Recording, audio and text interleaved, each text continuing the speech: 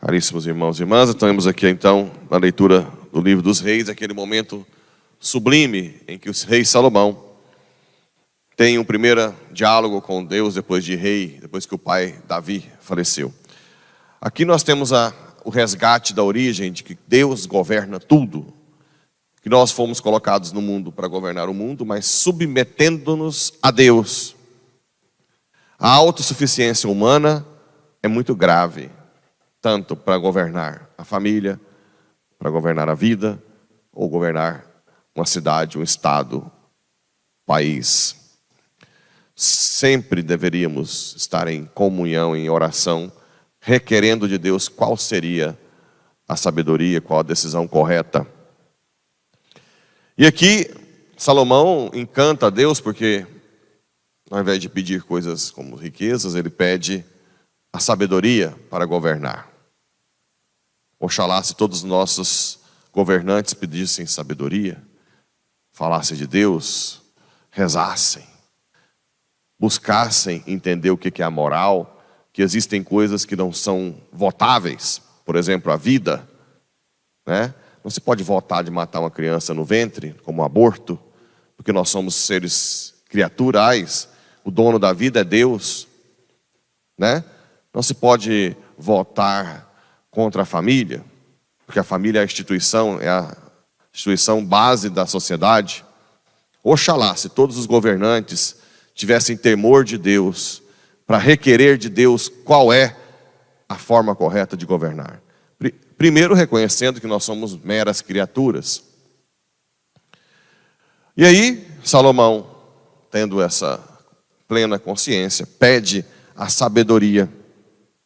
E Deus fala: como não me pediste riquezas, eu te darei, além da sabedoria, riquezas e glória. Por que riqueza e glória? O que vocês acham? Por que Deus dá riqueza? Bem, vocês têm que entender que no Antigo Testamento ainda não tinha o céu aberto. Ok? O povo ainda não tinha acesso ao céu. Mesmo os que morreram justos, como Elias e Moisés, até a vinda de Cristo, não tinham entrado no céu. Eles ficavam num estado chamado limbo. Limbo é espera, um local de espera. Então, no Antigo Testamento, era muito comum de que a bênção divina fosse riquezas, poder. Por exemplo, Jó perdeu tudo, porque o demônio quis testá-lo. Ele não perdeu a fé. O que Deus fez? Restituiu muito mais, não foi? Então, a bênção, por isso, agora vocês vão entender, quando o jovem rico chega até Jesus e fala: ó meu bom mestre, o que devo fazer para entrar no céu? Primeiro ele fala: porque me chamas bom? E depois ele diz: não matar, né? Seguir os mandamentos. Aí o jovem rico diz: isso tudo eu faço, Senhor. O que Jesus falou? Se queres ser perfeito, vá, vende tudo que tens, dá aos pobres e me siga. Ficou triste e foi embora. E o que aconteceu depois? Os apóstolos ficaram chocados. Como assim? Aquilo que é bênção, ele manda dar para os pobres. O que os apóstolos falaram para Jesus? Senhor, mas desse jeito, quem entrará no céu? Lembra? E o que Jesus disse? Qual que é aquela frasezinha que eu sou apaixonado nela? Para o homem é impossível. Para Deus, nada é impossível. O que ele quis dizer com isso? Que bastava o jovem rico se prostrar e dizer: Senhor, eu não dou conta de fazer isso sem a sua graça. Olha a dependência de Deus que Jesus faria? Eu te ajudo, né?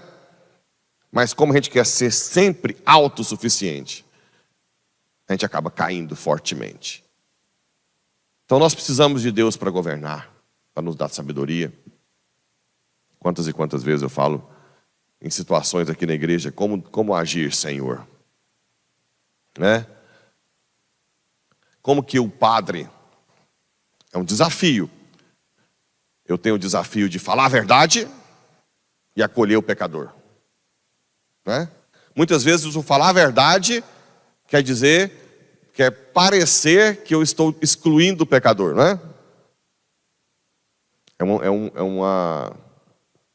uma arte. Eu não posso deixar de falar a verdade. Mas eu estou sempre aberto a acolher o pecador que quer mudar de vida, que quer confessar, né? É uma arte.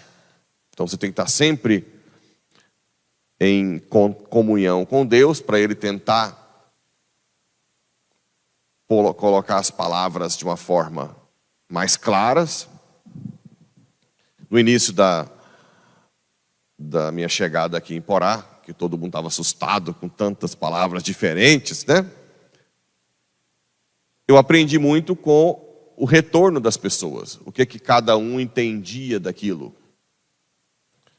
E aí você tem que ter a humildade de, diante de Deus, falar: Senhor, como que eu vou falar isso agora para não ficar com duplo sentido? Né? Então, em vários aspectos. Agora, também não quero eximir vocês da responsabilidade. Porque os leigos são aqueles que estão em contato com o povo. São vocês que devem moderar, né? São vocês que devem conversar com as pessoas para esclarecer. Por exemplo, uma coisa simples que os leigos podem fazer. O padre Pablo não concorda. Peraí, o padre Pablo ou a igreja? Você tem catecismo? Vamos ver se é ele ou se é a igreja. Quem faz isso são os leigos. Primeiro, até ontem eu estava na reunião falando, acabar com essa estupidez. O padre Pablo concorda. O padre Pablo falou. Pelo amor de Deus, isso é coisa de infantilidade. Vocês já são cristãos, olha. Vocês já estão com caminhada. Olha, a igreja diz isso. Será que ela permite isso outro? Olha, o que a igreja, os documentos falam são esses. Será que pode ser? Chega com essas infantilidades. Padre Pablo não gosta disso. Padre Pablo não quer aquilo. Isso acaba criando a caricatura minha, como se eu fosse o responsável pela verdade. Eu não sou responsável pela verdade. Se eu não falar a verdade, eu tenho que mudar. Eu tenho que mudar. Não, para com isso. Padre Pablo não gosta de... Que Padre Pablo? Se alguém falar, faz assim, pelo amor de Deus.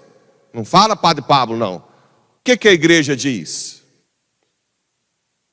O que o catecismo diz sobre isso? Quais são os documentos de igreja sobre música? Sobre ministro da Eucaristia? Sobre liturgia? Não tem nada a ver comigo. Eu sou aqui servo da igreja. Isso é importante. Os leigos têm que crescer. Não tem que ficar mais com o menino. Não faz isso não, que o padre Pablo não gosta. Olha que coisa ridícula. Nossa Senhora. No Evangelho, nós temos algo muito interessante. Os apóstolos, após um momento de cansaço de evangelização, Jesus diz: vamos descansar. É raro isso, hein? Jesus falar para os apóstolos: vamos descansar. Os apóstolos reuniram e contaram tudo o que havia feito. Vinde sozinhos para um lugar deserto descansar. Só que o povo viu que os apóstolos e Jesus subiu no barco para ir para um lugar afastado. O que o povo fez? Foi atrás. O povo tem sede da verdade. O povo tem sede de entender o que a igreja quer.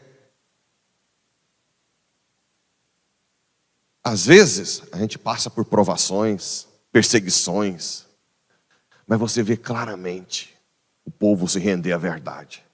É belo isso. Quantas pessoas que antes tinham toda uma resistência e hoje entendem, né? Que a verdade leva para o alto, para o céu, a verdade do céu. Às vezes, por exemplo, um exemplo mais forte, o celibato do padre, que é tão questionado, né? Ah, mas por que o padre não casa? Ah, por que isso? Antes de eu conhecer a Deus, eu achava ridículo, não? Essa vida de celibato. Eu achava tão distante de mim. Nossa, para mim era uma coisa fora da casinha. Na minha adolescência, nos primeiros anos. Eu olhava aqueles meninos seminaristas e falava, que coisa mais louco. Trem mais sem pé, sem cabeça.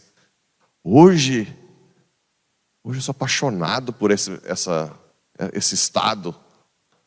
Porque Deus me mostra tanta coisa boa por trás. A verdade, quando você tem contato com ela, ela fascina. Né?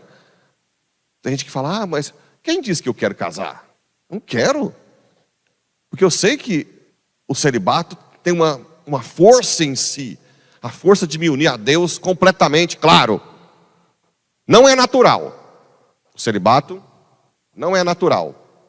É sobrenatural. Quem não reza, cai. Por isso tem muito padre safado. Quem não reza, cai. Ou para um lado ou para o outro. Porque isso é sobrenatural. Sobrenatural. Uma coisa que eu fico tranquilo e feliz é que como eu tenho uma outra retaguarda, se um dia eu cair, espero que nunca, porque também quem está de pé tem que ficar. Eu nunca vou ter dupla vida. Porque a dupla vida, para mim, é melhor eu ser médico. Se for para eu ser safado, né, caminhar para buscar, eu não vou continuar como padre, que é burrice. Eu vou ganhar muito mais como médico, né? Não tem ninguém para obedecer. Posso trabalhar de segunda a quinta, viajar a sexta para onde eu quiser. O que eu tenho que... Então essa é eu sempre falo para os padres e para o bispo, pode ficar tranquilo que vida dupla. Mas cada dia mais que passa, mais fascinado eu fico, né? Mais fascinado eu fico pelo celibato. É fácil? Não. Você tem todas as tentações, as lutas, tem tudo. Que a gente não presta, né? Mas quando você abraça a verdade de Cristo, da igreja, aquilo te dá uma força interior incrível. Você perde o medo da morte. Né? Você não tem temor do mundo. Você tem uma paz que vem de Deus. Da mesma forma que quando o trem começa a uma tentação maior, te perde a paz, você quer confessar, né? Você quer ir confessar logo para resgatar aquela paz. Então a verdade, num primeiro momento, muita gente critica, mas quando você vai aproximando dela e abraça, ela se torna doce, né? Doce. Doce como mel. Não tenham medo da verdade. Busque.